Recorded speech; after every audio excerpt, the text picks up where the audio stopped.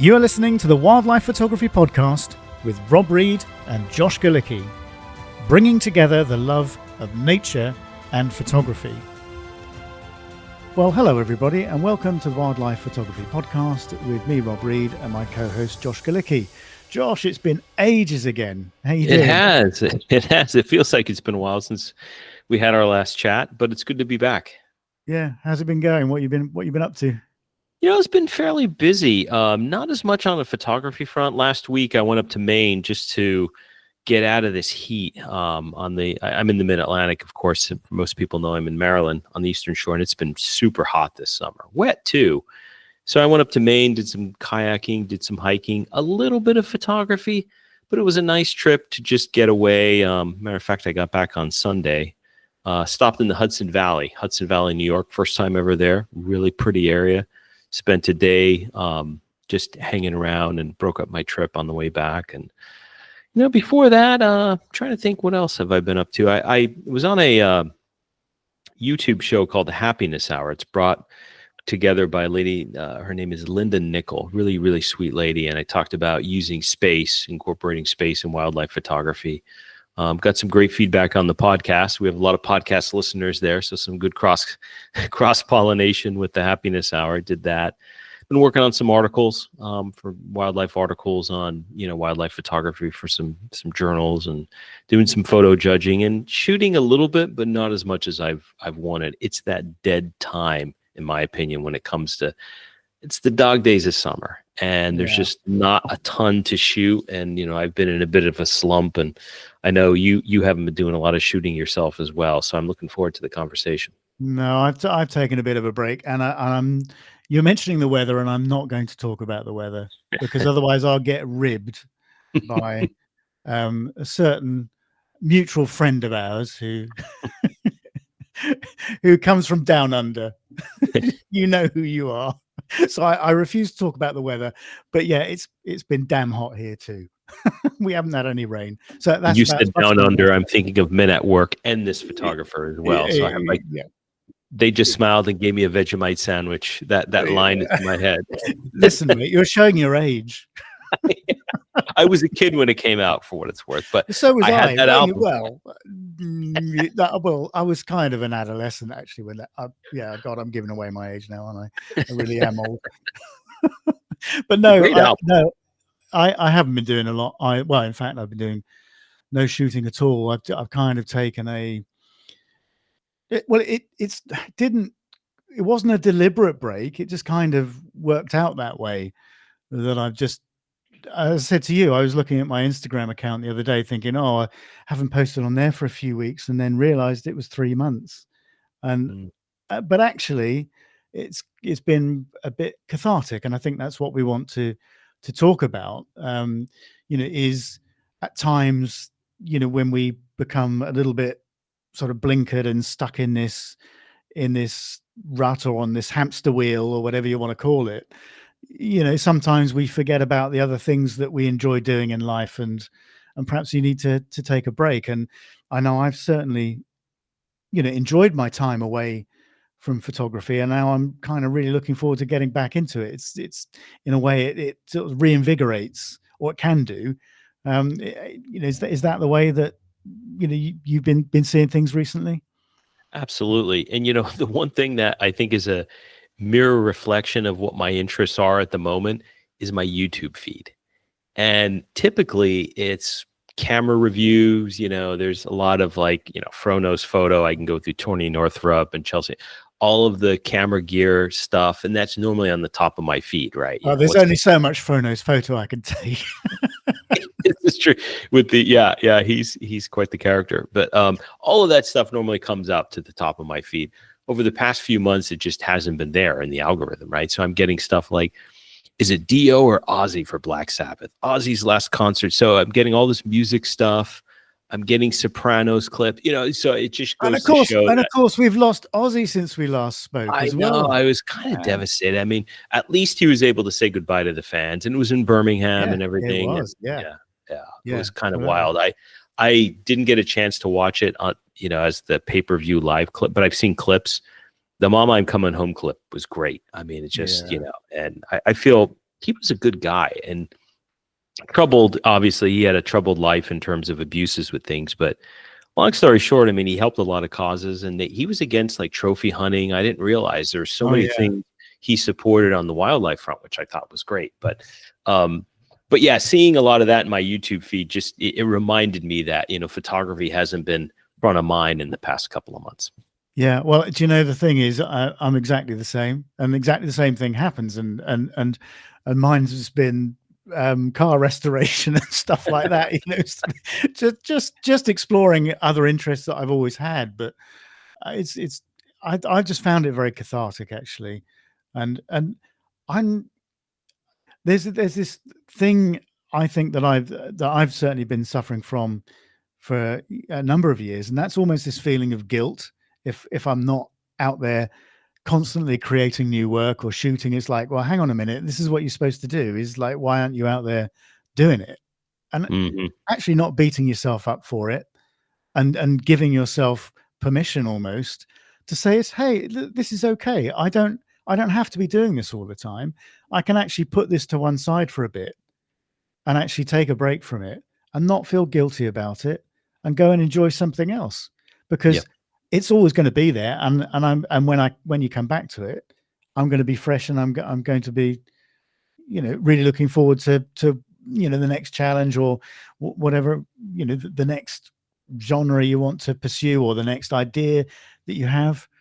Yeah, for me, it's because I've had a difficult year with um lots of family bereavements and things like that happening. So it's been very strange. So there's been a lot of support that I've had to give family members and that sort of thing over the years. So it kind of gives you a different perspective on life, as we were talking about before we actually came on and started recording. But yeah, it yeah, kind of gives you a different perspective on life, and allows you, uh, it just allows you that space, and allows you to step away from things and think about things differently. So yeah, it's been a very very strange year, but I'm looking forward to things getting back to normal in inverted commas. yeah. I'm with you, and I find that whenever I've taken a break, or I've been in a slump, or I just haven't been out shooting, it gives me time to think. And I'd much rather be reinvigorated in the field, versus just being worn out from shooting every day. I've made some of my best work over the years after taking some breaks, right? Or building up to a trip and thinking about, okay, how do I want to do this, or how do I want to approach that? So I think it's healthy to do this. I think we all get burned out. And it's important that we find balance between pushing ourselves just to go out because we feel we have to go out, versus frankly our body's saying, you know what, it's time for a reset. It's time to get some rest or do something else, and just kind of going with the flow. And as over the years, and especially since the pandemic and the like, I've changed a bit. I'm trying more to, I know this is going to sound very like a bit out there, but I try to kind of let the universe kind of flow. I try to flow more than trying to push and make things happen, be less controlling about things, and just try to and I've been a bit conflicted with this too, because when I'm out in the field, I'm thinking, is the best shot a result of me pushing myself and trying to control the situation and doing these camera traps and working on and envisioning something? Or am I going to get the best image by just sitting back, going out with my lens and letting just nature be nature? And if it comes, it comes, right? It's going to come to me, and I'm not going to, try to make something happen out of nothing. So anyhow, I've been thinking about all this stuff with balance and the like. I firmly think it's healthy to take these breaks and not run ragged 24/7, to try to just keep shooting, frankly, for shooting's sake. Yeah, and to be sort of reinvigorated like that, Yeah. and allowing the universe to just dictate to you in a Yeah. way. And I think that's such a nice approach. And I've spoken about this, before, about my own personal approach to, well, certainly bird photography and wildlife photography as a whole. Is I've never been one to sit there and chase a particular shot. I just want I want to let nature dictate to me what it's going to give me. Yeah. And you want to be in a situation where you're enjoying that process and those moments that it delivers to you, rather than the disappointment of not getting what you set out to get. I just think, when you're in that sort of rhythm, and as you say, you're going out because you want to go out. You're going out with your camera because you want to, not because you feel you have to, or there's this pressure on you to continue creating this work. Because actually, then I do think when you get to that stage, the work does feel forced. There's a natural element to things when you just allow things to happen, and you're in this mindset where you're enjoying the moment rather than pushing to achieve something that isn't going to give itself to you. Yeah, I And I think, totally agree. I can't count the times where I've had what would people say? FOMO is kind of a term people use, the fear of yeah, missing out, fear of right? missing out. Yeah, Yeah, yeah. yeah, and I've had that, and especially when it comes to trips. If I have a trip plan and I'm thinking, okay, well, I'm going to go on this trip and going to Kenya, and I want to get the elephants in front of Kilimanjaro. I need the clear, and you do all this, and these poor guides that I've had over the years, like when you go and you have drivers, and I'm like that, and they're looking at me like, okay, we'll see what happens, right? So, I mean, that's kind of where my mind used to be, and I've evolved since then, and it's been much more rewarding, frankly, right? Because when you're going out with those expectations of you're going to get what nature provides to you, there's less pressure, there's less stress, and you're enjoying the experience, frankly, a lot more. I know so many photographers that go out and they put so much weight on their shoulders to try to push them to get that shot, right? They're thinking about, okay, I need to get a shot for a competition, or I need to top what I did 6 months ago when this crazy thing happened that, only happens once in a lifetime. And, they get in a rut and they get stuck because of that. So it's not that, they're fried. They fry themselves because they can't keep topping what they've done, a couple of weeks prior. They keep trying to, and Do I you get it. think? It's human Do instinct. you think this success almost breeds this? I'm trying to find the right sort of way to phrase this, but when you've had some success, does that put extra pressure on what comes next, and your expectations for the next big shot? Do you Yes, think that piles the pressure on? Because I certainly do. I totally agree. And I can even say, I mean, it's happened with me over, I've had some, like the previous year, I had some really good success with competitions, with recognition and certain things. And it all happened right in a row. I don't know why, but it did.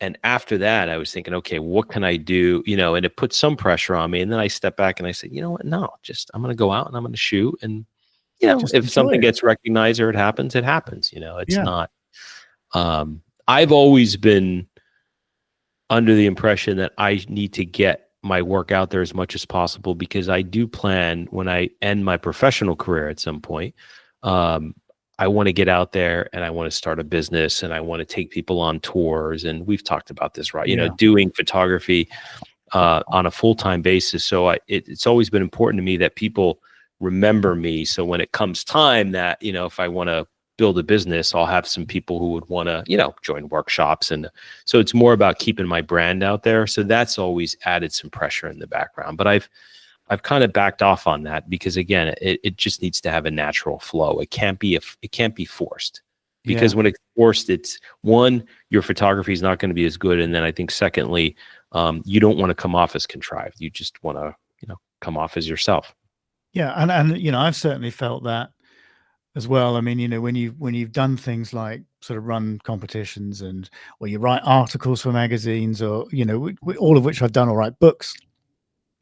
There is, I always feel that there's this expectation that people have of you, that if you are doing these things, if you are judging these competitions, if you are writing these articles, that you are a certain voice of authority, and therefore that you need to back that voice up with work of your own that inspires and amazes people, perhaps, or is of a standard that actually backs up your position, or the way people see your position in your chosen career path. And that, to me, was certainly I always felt pressured because of that, and particularly with the competitions, when you're judging pictures that, quite frankly, are much better than stuff that you've ever taken yourself. I mean, we've seen some Sometimes, of the best photos in the world, right? I mean, yeah, frankly, from the you know, wildlife. and you have to keep reminding yourself of that.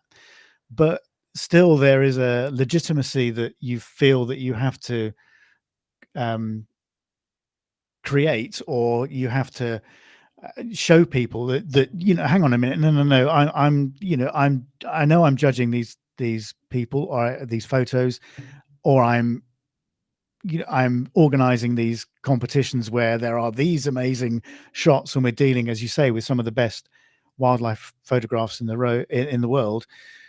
There is this, I always feel that there is this expectation of me, which then creates this pressure, which actually I've come to learn that I actually don't enjoy. And It's like credentialing almost, right? You need to maintain your exactly that. credentials. Yeah. Exactly that. I'm not putting this across in the most eloquent way, but um, I think people will get the gist of what I'm trying to say. There is that added pressure. I'm trying to think of a decent analogy, and it just escapes me. But there's this pressure to perform, I think, is what I'm trying to say. And when you have this pressure to perform, it affects performance. Yeah. It's like anything, and some people can deal with it really well. If you're and sports people in particular, if you're trying to hole a putt from 6 feet to win the Ryder Cup or whatever, that's pressure in front of everybody. Although Yeah. you can do it on the practice ground, 19 times out of 20, you're doing it without the pressure, and it's the people that can handle the pressure well that deliver. And I guess I'm one of those people that feels they might miss the putt more than they make it. Well, and using that analogy with wildlife photography and even sports, right? I mean, wildlife photography, excuse me, is even harder, I think, because we don't know what we're going to be given, right? If you're playing a sport or you're golfing, you're going to put the golf ball on the tee, it's there, and you have a shot to whack the ball, right? You can go out and not see anything. All right. I mean, nothing can fly in front of your lens or walk or crawl in front of your lens. So you're completely at the mercy of nature, and it's hard to set expectations when you have no idea what's going to happen. And let's be honest. I mean, nobody has any idea what's going to happen in their lives day by We day, think right? we think we We do. think we do, but change is the only thing that's constant, right? So, and that's especially true, I think, when it comes to wildlife photography. So, unless maybe you're in a controlled environment or you're shooting like horses on a farm, or certain things are more guaranteed.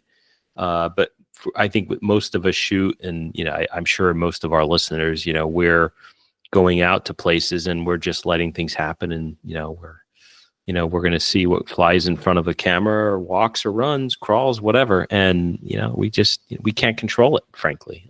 So you can't put pressure on yourself in a situation where you're a spectator.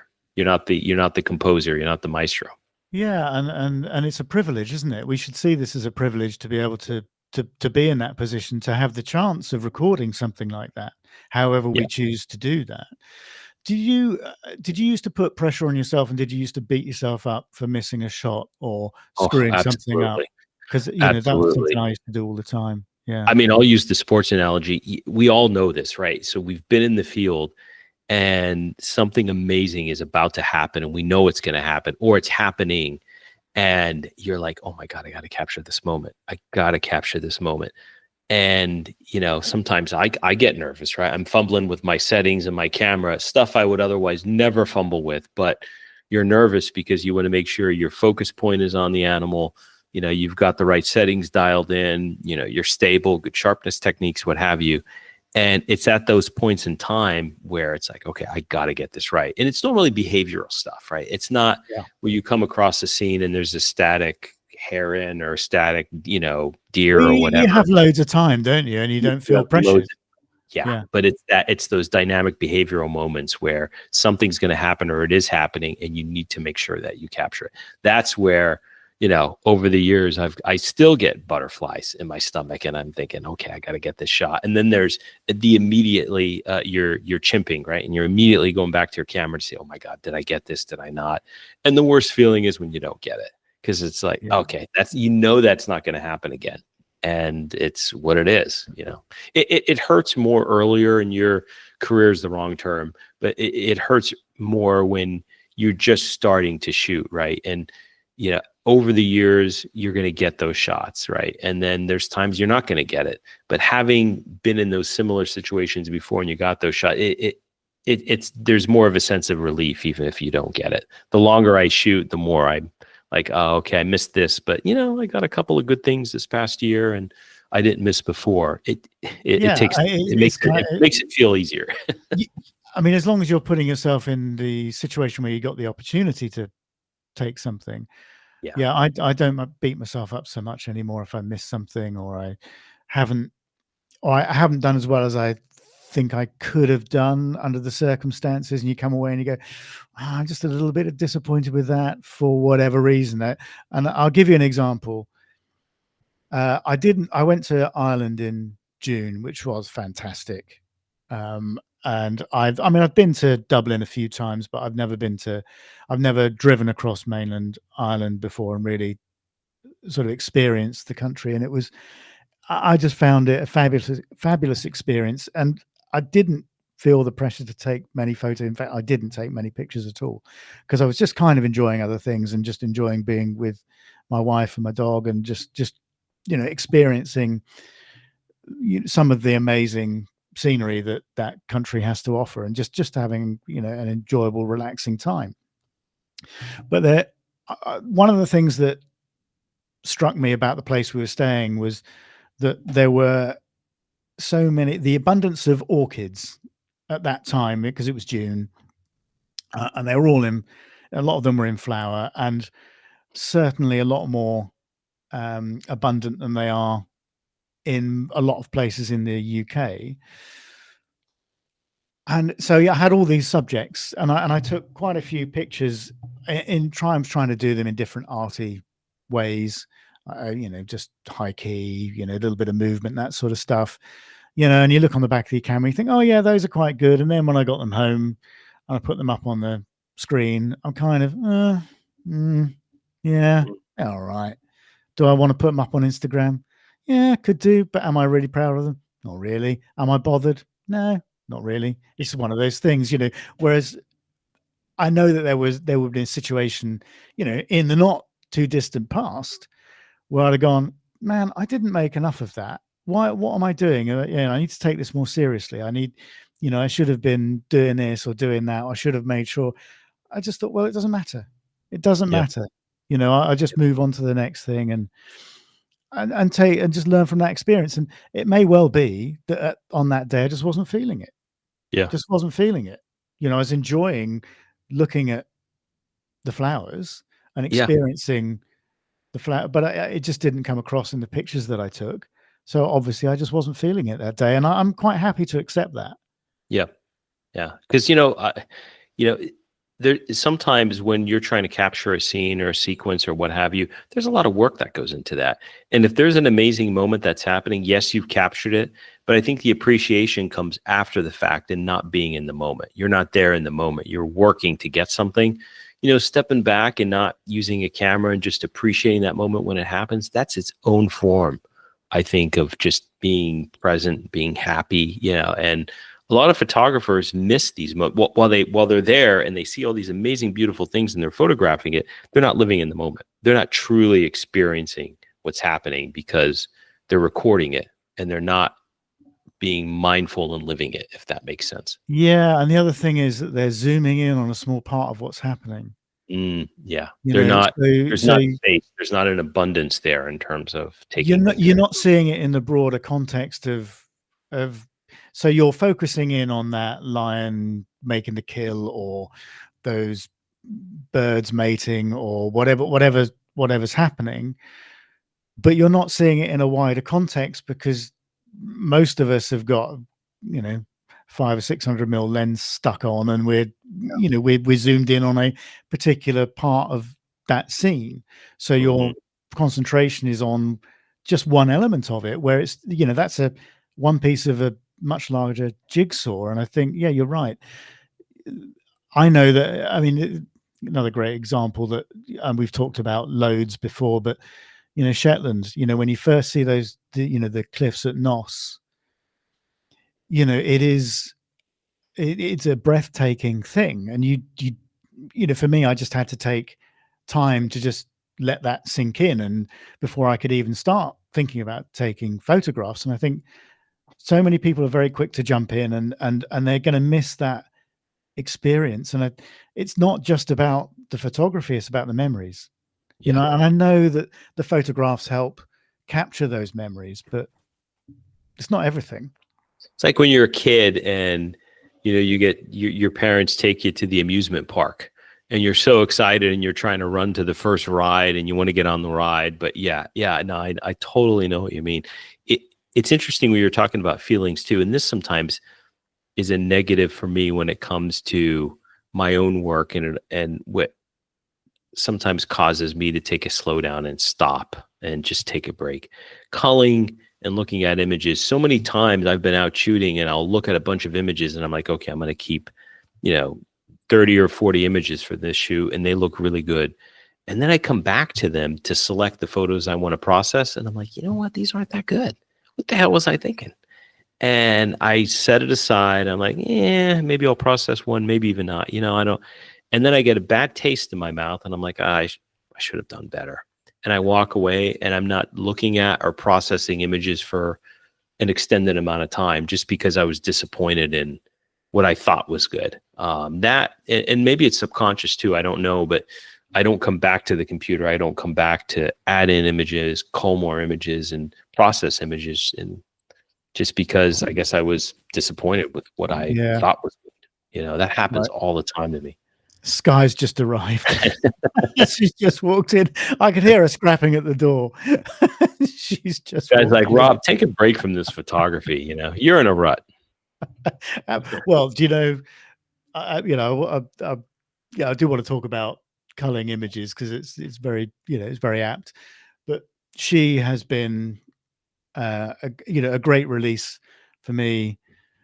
And just being out with her, and she comes with me to doing a lot of things that I do, but it's difficult sometimes because obviously, you're taking it. I can't take her some places because, you're in nature reserves and whatever, and it's not the right place for her. But, Mhm.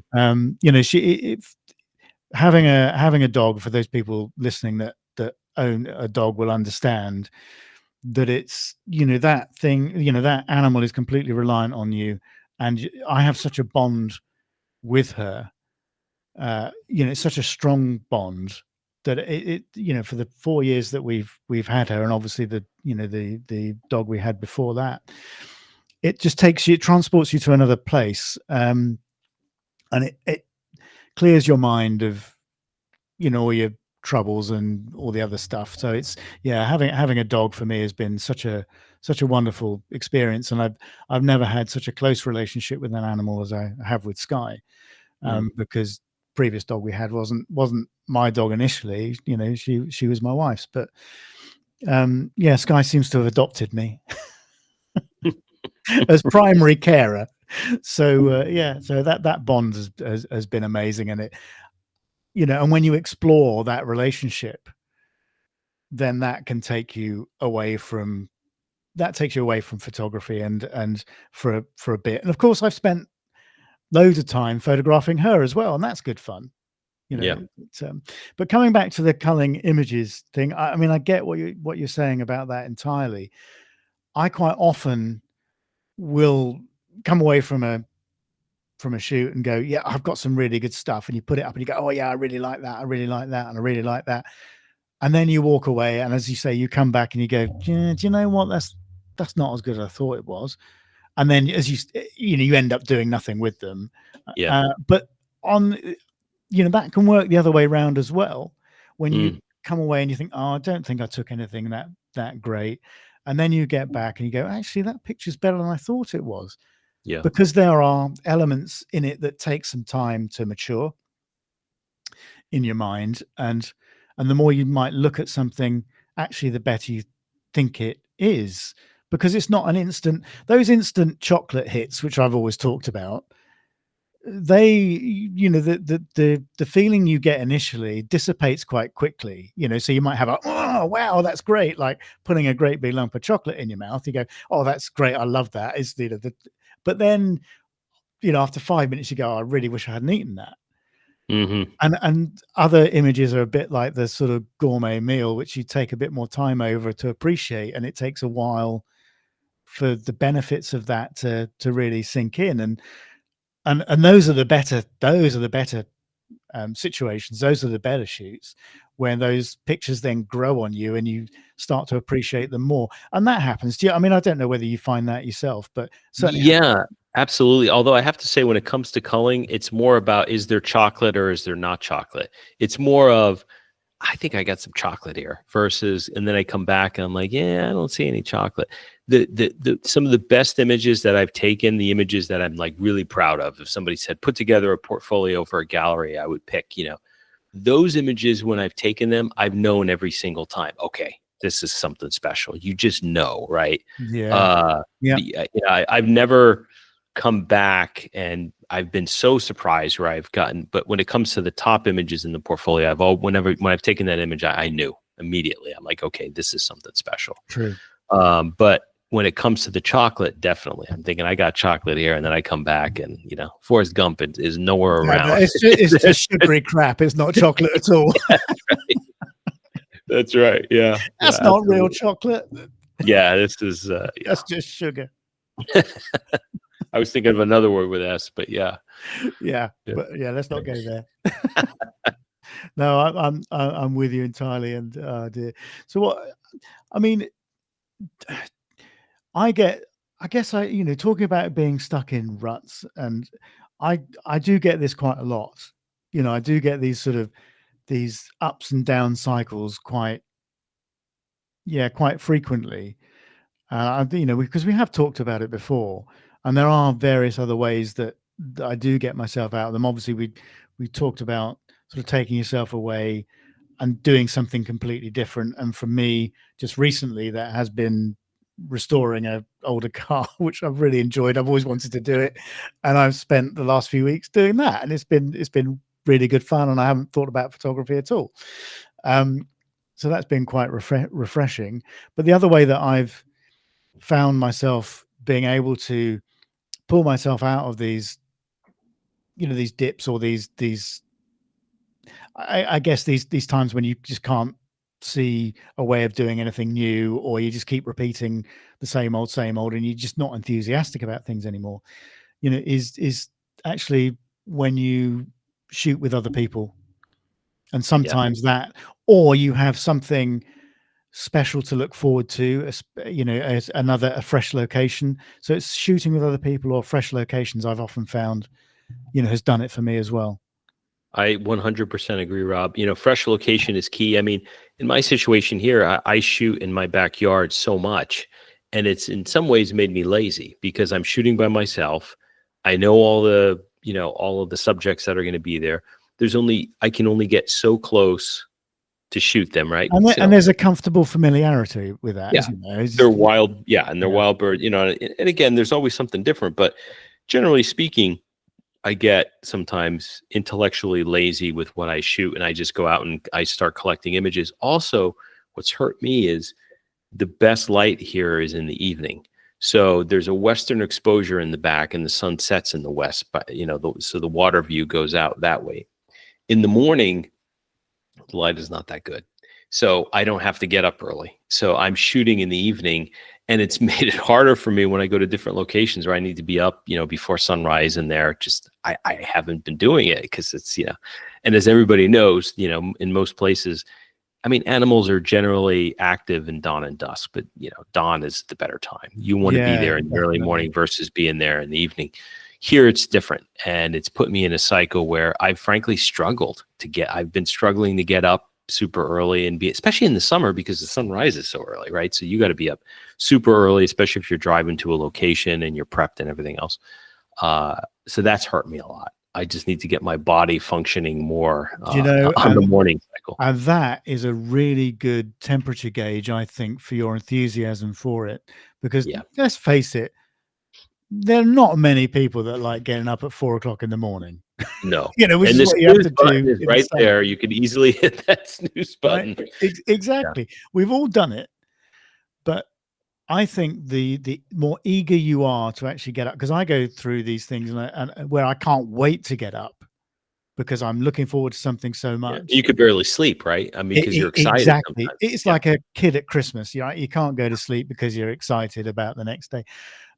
And it's so if you gauge your interest level or your level of enthusiasm from that perspective, I think that's always a good measure for me anyway. When I can't wait to get up and get out there and do whatever it is I'm doing. It might not be photography, it might be something else. But I think that's always a good gauge for me. And your So brain yeah, is active. When you're there, you're looking around versus yawning. Maybe there's some more you're not always there in the moment. So yeah, no, I totally agree. The other thing too, which helps me and it gets me motivated. You were talking about shooting with other people. If I have to meet somebody or pick them up, or I'm shooting with a friend, that also motivates me to get up and not hit the snooze button because I'm like, okay, somebody's relying on me, right? All yeah, right, I said I'm exactly. going to meet them. I'm not going to ditch them, So that also is a motivator for me to get out of bed, especially when it's super early or I'm, going a decent distance to shoot Yeah. something. But I mean, I think the most enjoyable week I've had this year was that Jennifer had uh, a a week's work on Anglesey, which is I think we've talked about in a previous podcast, which is North Wales basically. And I just tagged along for the ride and had a free holiday. It was great because she booked this cottage to stay in for the week, which kind of made sense. And of course it's summer, so and Anglesey's a great place for seabirds and well birds in general. So I had a ball. It was great. I loved getting up early in the morning yeah, and just getting that magical light and yeah, that was a fantastic week that I just felt relaxed and there was no pressure on me to do anything in particular. I played around with a few things and just was being a bit experimental as well as just producing some bog standard yeah, I guess bird portraiture where Mm, the sort of place where we all started and just being quite happy to do that, because there have been I always find there's always been so much pressure on, oh, Rob wants to shoot arty all the time, and yeah, I do want to shoot arty a lot of the time, but actually I do still find enjoyment from the literal stuff, yeah. particularly from species that I haven't photographed much, and take what you're given and enjoy it. Enjoy the whole enjoyment is the process of taking the picture. Hmm. Yeah, the end result, you want to enjoy the end result, but do you enjoy the process more than the outcome? Because that it's the A hundred percent.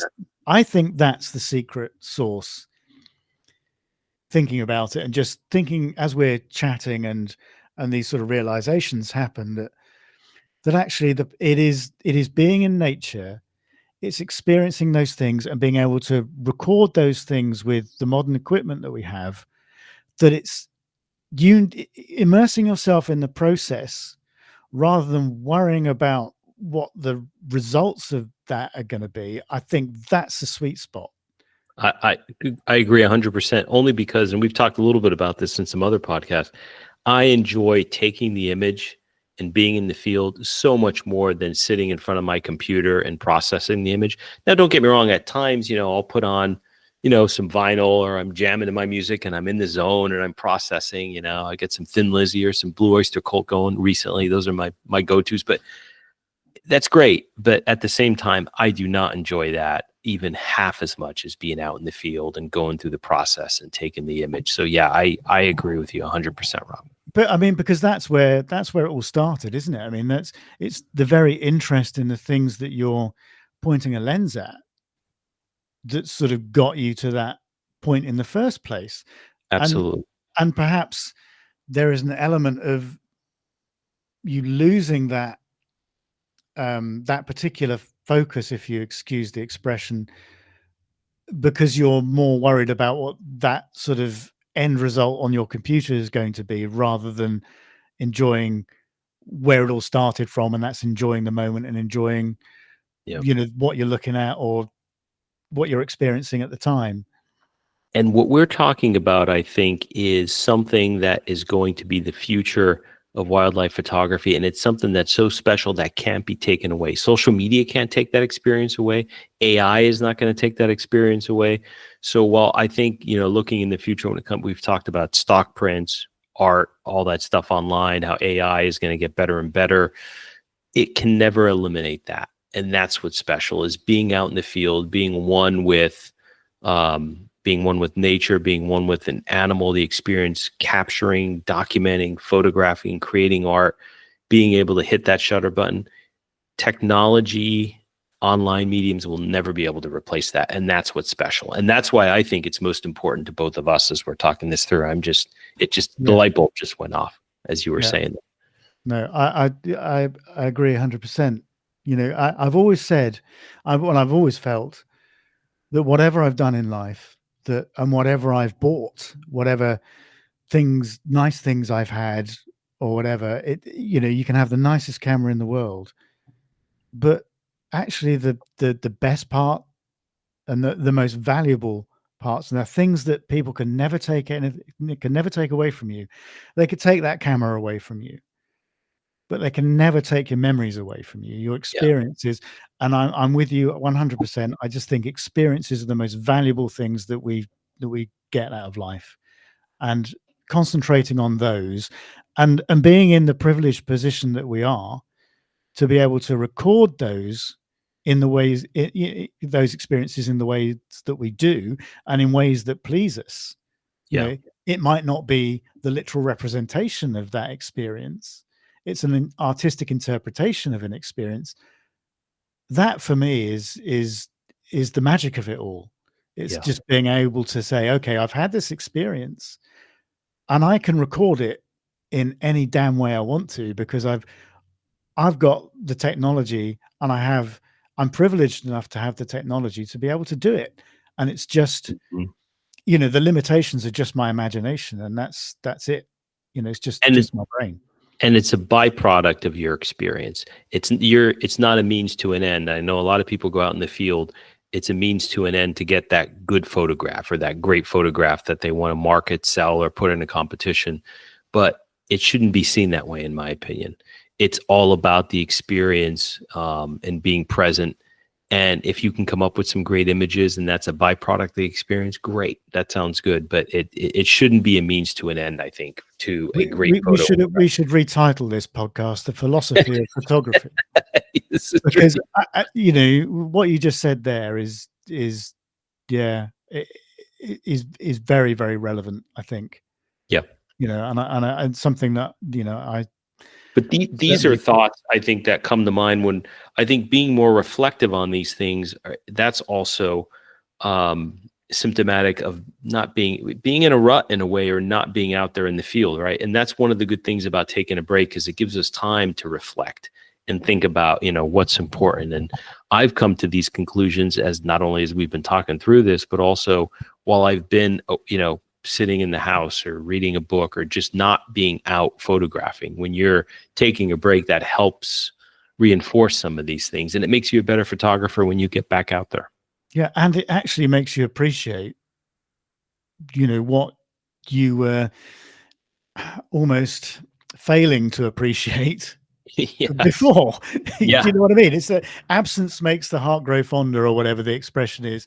If you actually take something out of your life for a little bit, then you appreciate it so much more when you actually reintroduce it again. And I think, yeah, that certainly works for me. And even sitting here now talking to you about photography in general, and philosophizing about it, if you like, which I think is basically what we've been doing.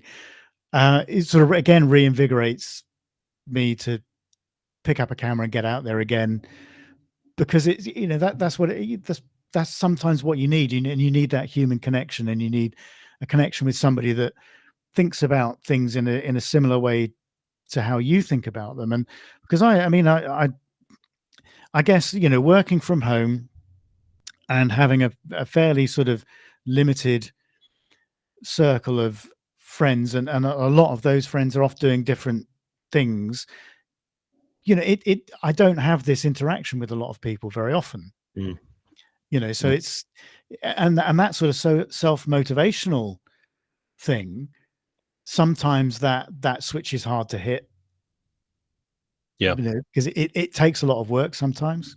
Yeah. And I think though, when you do come around to the fact that you're inspired and you're ready to take those images, I think it's even more impactful, right? Because it's not somebody saying, "Hey, Rob, you got to get out there. Go ahead, Rob. Go shoot. You haven't shot." You're going to get out there when you're ready to get out there, when you're ready to go back into the field and create new imagery, create new art. So, yeah, I'm similar to Rob. I mean, I used to have a much more wider net of acquaintances and friends and everything before COVID, right? And then when COVID happened, everybody started to telework. I've been in a position in my professional career, I've been teleworking a lot over these past, what has it been, 5 years already? Yeah, over 5 years. So everything kind of my social circle, my physical interactions with people, all that has greatly decreased. But that can have an impact, and you have to find out, you interact differently, and there are different ways of finding those connections. But I have And to say, it sounds nerdy. My strongest connections, maybe it's because, I mean, granted, I'm a fan of the human race. It's great, but we can also be a very cruel race. I think, we're in many ways not the best thing for this planet, as we're seeing, over these past couple of years. The interactions that I have with wildlife, I consider just as special as some of my strongest interactions with friends and family. yeah, Just being out there perhaps, connecting. even more so in a lot a lot of circumstances, Yeah. and, Yeah. and you also get to the point where when we were both at a stage of life that, youth was a while ago, and the older you get, If you're listening to Blue Oyster Cult and Thin yeah, Lizzy, well, youth was if a we're long talking time about, ago. the Prince of Darkness and, Blue Oyster Cult and, all these old bands, we are showing our age, but you're naturally, your social circles decrease as you get older, because it's just the way it works, because you're just not in so many social situations, because actually you enjoy them less, and I certainly feel myself becoming more reclusive as I get older. I don't think, so yeah, I think the friends that you retain and the relationships you retain, I think you value more. Yeah, I certainly do, and I think that you also value those interactions with nature, and when you can share that with a good friend, I think that makes it really special. absolutely. And there's no substitute, I think, for interacting with nature. I mean, I think we all need to do it. I mean, the Japanese, what do they call it? From what I understand, they'll even write prescriptions for it for people. They call it forest Right, okay. bathing. One of them is called Shinrin Yoku, which Okay. is woodland bathing. So Woodland it's bathing. basically, Yeah. so it's basically walking through. Yes, and they do prescribe it medically, I think, and I think we should do more of that here, personally. But Oh, there, absolutely. not only is there there are some physical measurable benefits from that, because it's something to do with the elements within the air within that environment that are beneficial to the body. So it's not only a mental thing, there are physical, chemical,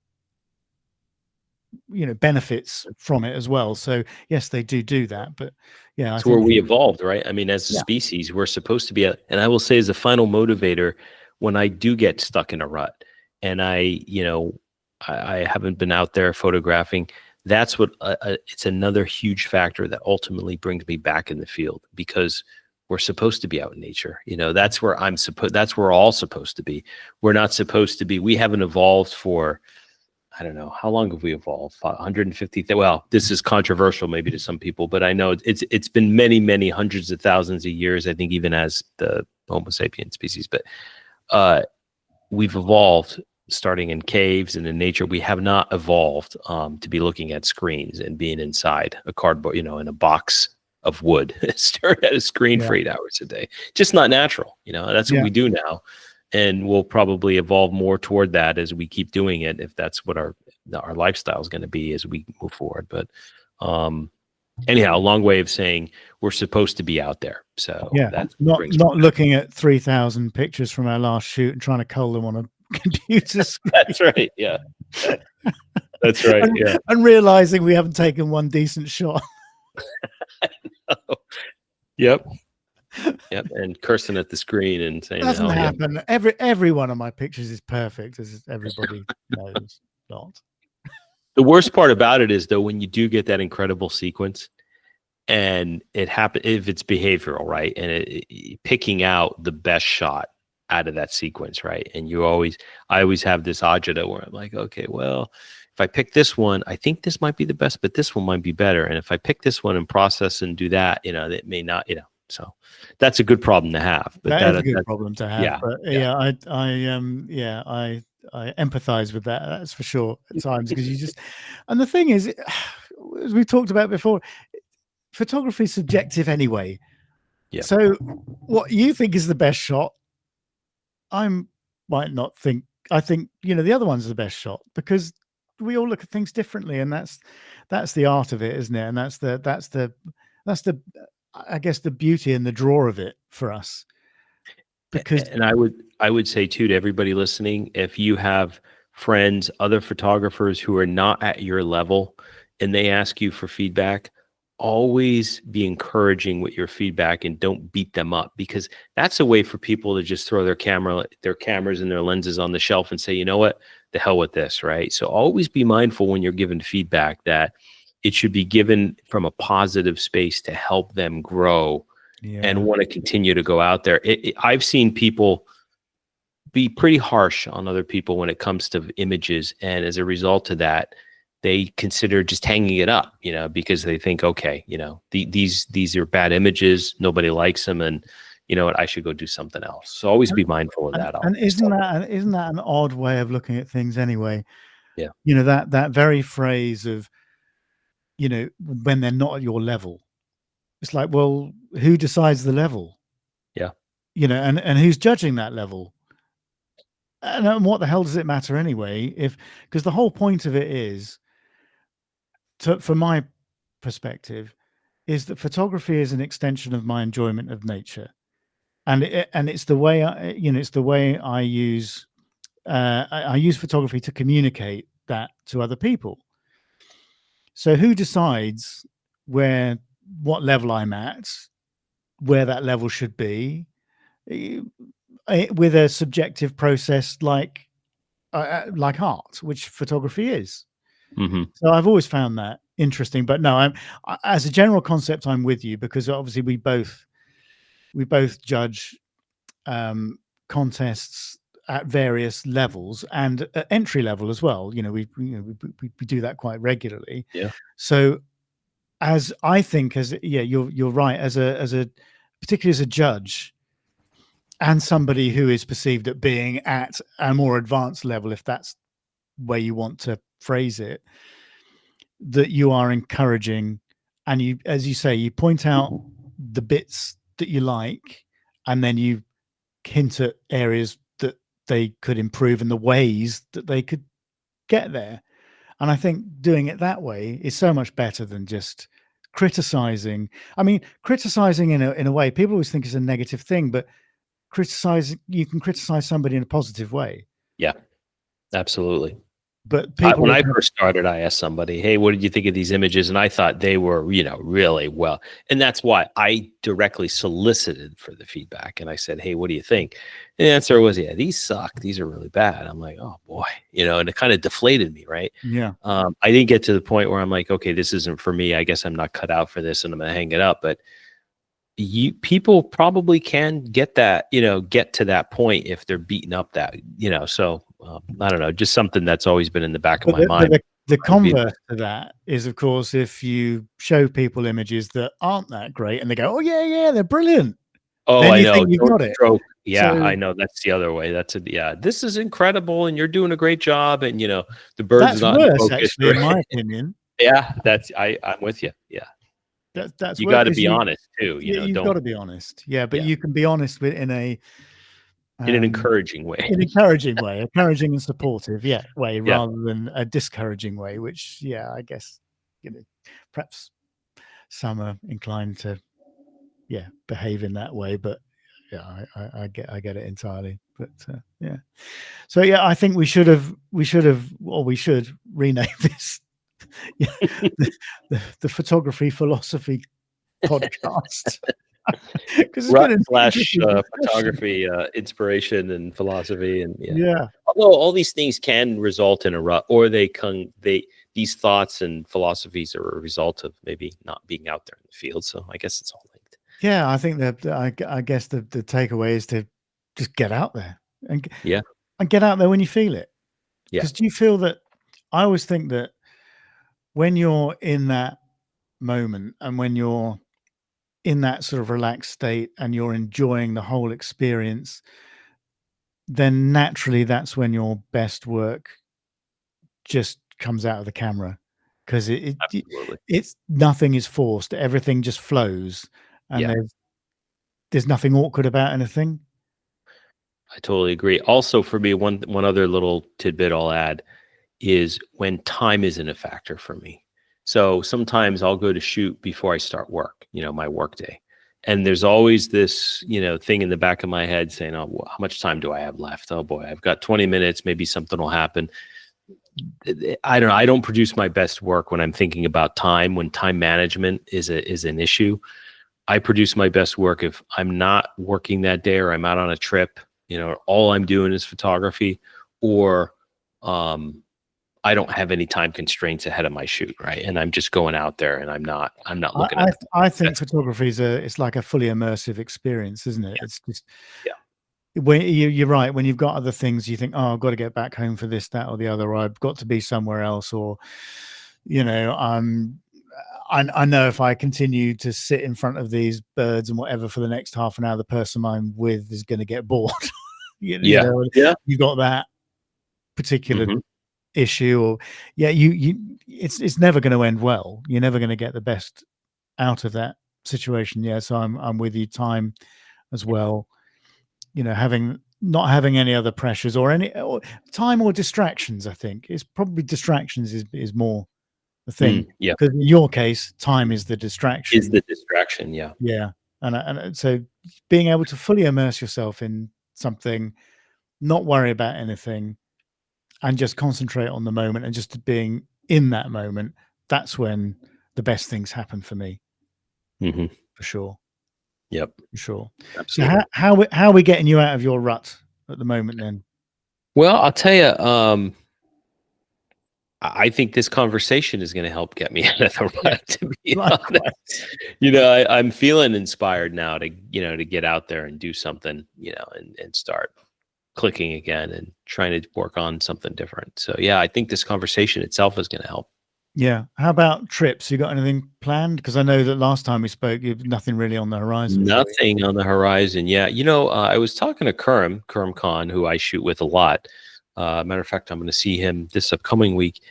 We were talking about finally doing it. We've talked these past couple of winters. We haven't been able to make it happen, but go down to Florida in the wintertime when a lot of the birds are starting to get, the rookeries together and Yeah. breeding young, like maybe January, February, that time frame, maybe even into early March, but somewhere around there.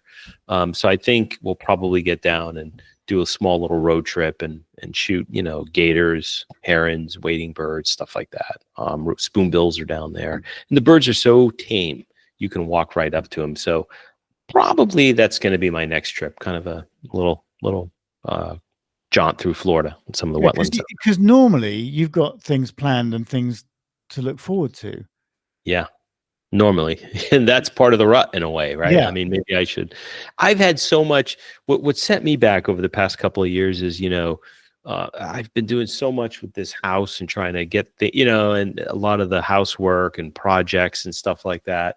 Where I'm pretty much done with everything now, which is good. So I think it's going to give me more time to stop worrying about, okay, well, is my dock finished or is this done? I got to get this done. That's all done now. So I think that's going to give me more time to Well, I know, focus and on you've had some work distractions as well. So yeah, yeah. I mean, in my professional career, there's been a lot going on this year too. So, and for the first time in many years, so some things are in flux, and that's been, keeping my mind off of photography and maybe causing me to go down YouTube rabbit holes on best lead singers for classic rock bands.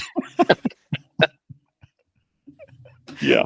Uh, but yeah, because I think ever since I've known you, you've generally always had something planned. Yeah, So the that's right. next trip is I'm going to Africa, or I'm doing this, or I'm, Yeah. going on a road trip with Kurum, or I'm doing whatever you do. But for a while now, you've had Yeah. nothing lined up, and that's very unusual for you. What's also kind of spoiled that a little bit for me is being able to shoot right here locally, being able to go in my, Yeah, out back and shooting. And I've been able to shoot on demand as much as I want. And I think that's put me in a position where I'm getting satisfied doing that. And I don't have to look for trips and new photos and stuff. The other thing too that's been holding me back a little bit on setting trips up, so many things have become so saturated over the past couple of years. Bears are a good example, Rob. I mean, I yeah, turn on yeah, Instagram. Every known person is up in Alaska right now photographing bears. So whatever I put together next trip wise, I'd like to make it a little bit unique because whether it's Africa, whether it's Alaska, there's so many people doing these things. Even the Falklands, for God's sake. When I went down there, I only knew a couple people a year that would go down there. I mean, now it's just boom, boom, boom. So I'd like to make it more special or a little bit more unique in terms of where I'm going. Off the beaten path is what I'm trying to yeah, say, because yeah. there's so much saturation now on a lot of these trips that I would have otherwise taken, where it's not as attractive for me. It shouldn't matter, right? The experience should matter, as we were talking about. But I don't know. I just I wouldn't mind discovering some new things. Yeah, but you want the experience to be your own, not somebody else's. Yeah, yeah, And that's the thing, isn't it? When you've got places like an Amboseli or whatever, that are so well photographed, and the animals within them have got names, and everybody knows what you know. We were talking about the sort of magic of experiencing wildlife. When you feel like you're experiencing somebody else's previous vision of that yeah, wildlife, some of that magic, for me, is gone. I'm with you. I'd much rather tread my own path and yeah. discover my own things. It's like we were going through the compost heap. I mean, something so simple, right? But this is kind of emblematic of what I'm trying to get across. We were going through the compost heap over the weekend and just turning it over as you do sometimes, and taking some of the stuff out to put on the plant beds. And I said to Jennifer, I said, be careful. I said, because we might find grass snake eggs in the compost heap, because that's, it's nice and warm, that they use the fermentation to keep their eggs warm. Mm. And I'd seen last year a baby grass snake in the gravel round by where we put the bins. And I was surprised. I went, oh God, I was so excited about it. It was and then, so anyway, I'd forgotten I'd said this to her, and then later on in the evening, she said, "Oh, she said, I found some old egg cases in the compost heap you were talking about. I didn't know what they were." And I said, "What do they look like?" She said, anyway, she'd put them to one side, and she showed them to me, and I went, "No, they're grass snake eggs. But they're hatched. They're old. They must have been last year's." And that got me really excited. And I'm thinking, great, that little grass snake I saw last year must have been the product of a grass snake laying eggs on in our garden. How Yeah, exciting is that? yeah. And that to me that's my own experience. That's nobody else's. It's your own discovery. It's not somebody Yeah, saying, go to Rob's house, go to the compost heap, tell him I sent you, and open it up, and you're going to see some grass snakes, right? It's completely different. It's not that. Yeah. exactly. It's not that. That's my experience, and nobody else Yeah. has it. Yep. And I know it sounds a bit ridiculous, but that's how I see things. Yep. I want them to be my experiences, and I think that makes them so much more special. So yeah, I get it. I mean, as far as trips for me are concerned, this is why we do a lot in the UK, me and Jen. Well, one, because I want to have Sky along for the ride. And we can go to Europe, and we have done, obviously, and we went to Ireland this year. But I do like to stay within the UK quite a lot, because I think it's got so much to offer. despite being one of the most denuded countries of nature in the whole of Europe or the Mm. world, but it still has its special things. And I know that in October I'm going to go and do something that I've always promised myself that I would do, and that's see the what's called the Snettisham Spectacular, which is in Norfolk. It's on the Wash, which is the biggest tidal estuary in the UK. Mm. And at certain times of year, there are only a few days in the year where it happens. We've got to have the dawn and tides and everything coincide. It's just this amazing roost of wading birds, or shorebirds as you call them.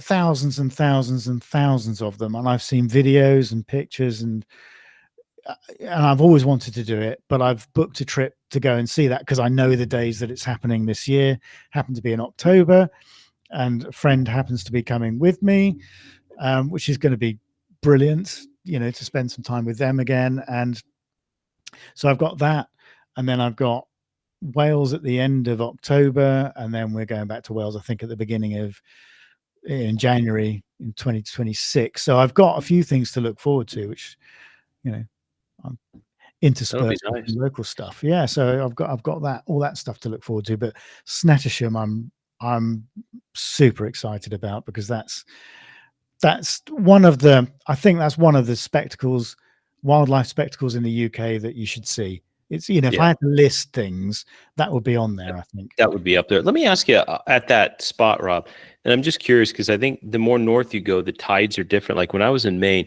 so for instance, here the tidal cycle on the Chesapeake Bay here, at least where I'm at on the Eastern Bay, it varies. Like from low tide to high tide, 2 feet, foot and a half. Sometimes, I mean, sometimes it's a little bit more extreme, but it's normally in that vein. When I was up in Maine, this is the Bay of Fundy. The place I stayed on was on a saltwater cove.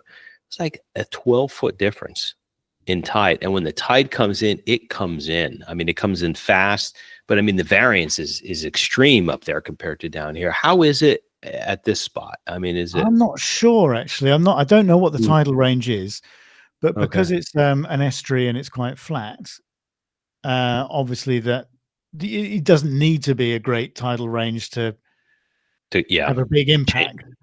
Yeah. Yeah. So I'm not sure. If that's an interesting Okay. interesting point. And Because and I'm sure obviously it at that will. spot you want to play that high tide, right? Where they Yeah, come and it closer. will vary, because obviously you've got the moon cycles, which will affect the Yeah. height of the tides anyway. And I know that on these particular days, it's those sort of high tides and low in extreme low tides, and that being the time of year when you've got the biggest population of birds, because it's a migratory time as well. Mm. That's it's getting all those stars to align, that make it basically you've only got a few days a year where it happens, but it's happening in October. And it just made sure that I'm up there for it. Yeah. That'll be And it's a great. popular thing to see, so we won't be alone, that is for sure. But I don't. It's just one of those things that has always been on my list. It's a bit like Shetland, Yeah. if you've never been, you just yeah, it would almost be a criminal offence not to go to Shetland, seeing as Hmm. for me, yeah, it's a long way, but it's really only a 11-hour drive and a overnight ferry, Yeah. basically. So yeah, it's just one of those things that I've got to see, and I think that's for me. That's what life is about now. It's about making sure that it's all about experiences and doing the things that I've always promised myself that I would do. And I guess that's where the excitement will come from, and that's where the inspiration photographically will come from. And it's also trying to push myself artistically again, and looking at what I can do next. And whether you can do something new or not, I don't know. I think you can always do something new to you, but with photography being so accessible now, it does feel a bit to me like it's difficult to really do something truly new and innovative, because people have explored the avenues before. The results that you create will always be different, because every situation is different, every photograph is different. But yeah, to truly try and produce something completely different is getting Very increasingly more hard. difficult. Yeah. The easiest way I think to be different, and I think the constant way to consistently be different in wildlife photography is capturing a crazy behavioral moment. Whether it's like, I just saw an image of a grizzly bear taking like a baby elk up a tree. It's just being there to see some of these crazy moments that you wouldn't otherwise see. That's Or a always going to squirrel be on the fresh. back of a woodpecker or something. Yeah, Whatever. yeah. Exactly. Yeah. Yeah. Otherwise, you're playing with light and you're using spoons now and, cheese grinders to come up with different, but, I'm seeing all kinds of stuff, which is great, and that'll continue to evolve. But it's hard. You're right. It's very Yeah, difficult. but And when you there's add in more the people out when you're adding in those extra sort of artificial elements, if you like, there. Yeah. you're taking your concentration away from the experience at the time, because your concentration is trying to create a piece of art that's Yeah. different, or Yeah. yeah, and yeah, I think those sorts of complications spoil things for me. I just, Mm. I'd want to create something in a pure way, if that makes sense, without those distractions. So I've seen some stuff, and not many people are doing it. A few are, but some of the things that they've come up with, I mean, they're aesthetically beautiful. I would imagine, you've got to be in the right situation, and like anything else, like we were talking about, using motion and camera movement. It's trial and error, but if it pays off, it's high risk, high reward type of stuff, I guess. Yeah, and I think I mean, if you go somewhere new, the first thing you want to do is have a more traditional approach. Yeah, That's my way of looking yeah, at it. I would. Me too. Yeah, So you get through that phase, and then I feel a lot more relaxed and freer to experiment with other things once I've got those sort of banker memory shots, if you like, yeah. the more traditional stuff. Yeah, so I always go through a cycle like that.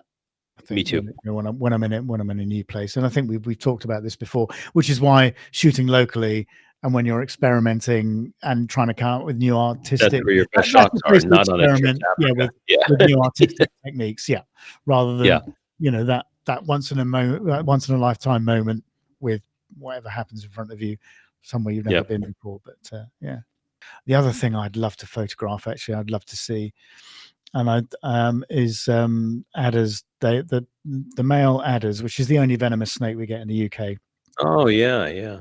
is that the males at breeding time, they basically tussle for the attentions of the female, and the way they do that is they raise their bodies up and they intertwine, basically in a sort of form of who's the strongest male. It's not that aggressive, but and they call it the dancing adders because of the way they Mm. do it. And I know that I went up to see David Tippling a few years ago because he knows of a site where he says, "Oh yeah, Rob, I see it every year." And anyway, so I went up. We were just unlucky that year. Didn't happen the way it was expected. But I'd love to see that because that's quite a Yeah, rare thing to see.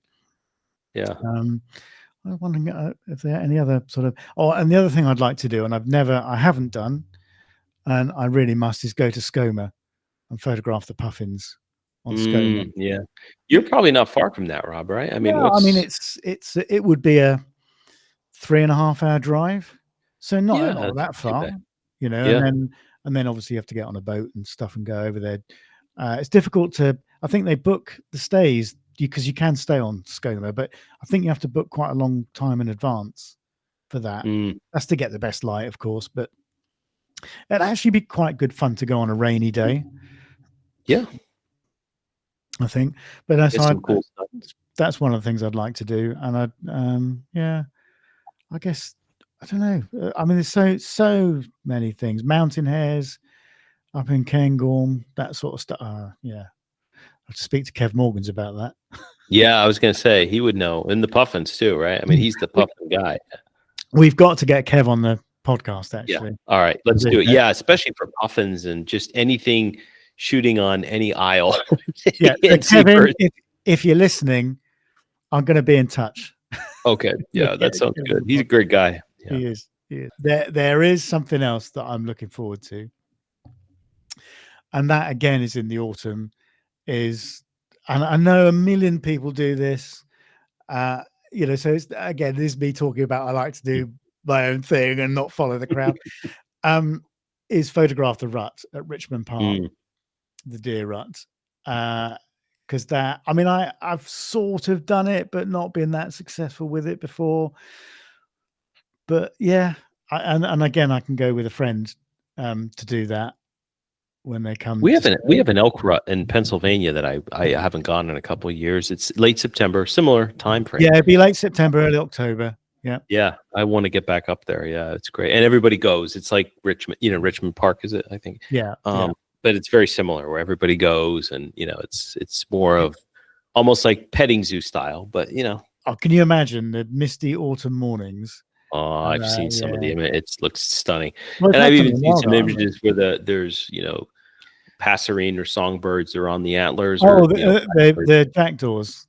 They normally get jackdaws picking the ticks. Is that what it is? Okay, yeah. It's so cool. Or they come out covered in bracken, instead bracken and stuff. Oh yeah, from when they're like that's pretty cool, sharpening or getting their just territorial. Yeah. Let's. I hope people enjoyed our rambling discussion as we just go off piste as usual. But as you can tell, none of this is scripted. It's just Josh and I just sort of email each other and go, what should we talk about this time? And then we'll come up with a couple of ideas, and then I'll go, oh yeah, that sounds good. And that's about as far as it goes. And we just start talking, and this stuff just comes out. So I hope you find it entertaining and informative, but because it's a lot of fun to do. So anyway, Josh, thanks for the time again. It's been a great discussion, and got very philosophical, but I think that was good. Yep. Yeah, it's good to be chatting again, and we'll do another one soon. And let's record one. Let's not leave it so long next time, because I keep saying this, but we are going to try and do more, but it's kind of difficult to get together sort of too often to do this sort of stuff, because obviously we've got other stuff that we're doing. But I think we're going to try and make an effort and do a few more, because they're fun things to do, and come up with a few more topics and a few more guests, of course, which we've talked about. Anyway, thanks everybody for listening, and I guess we'll see you all again next time. Thanks all.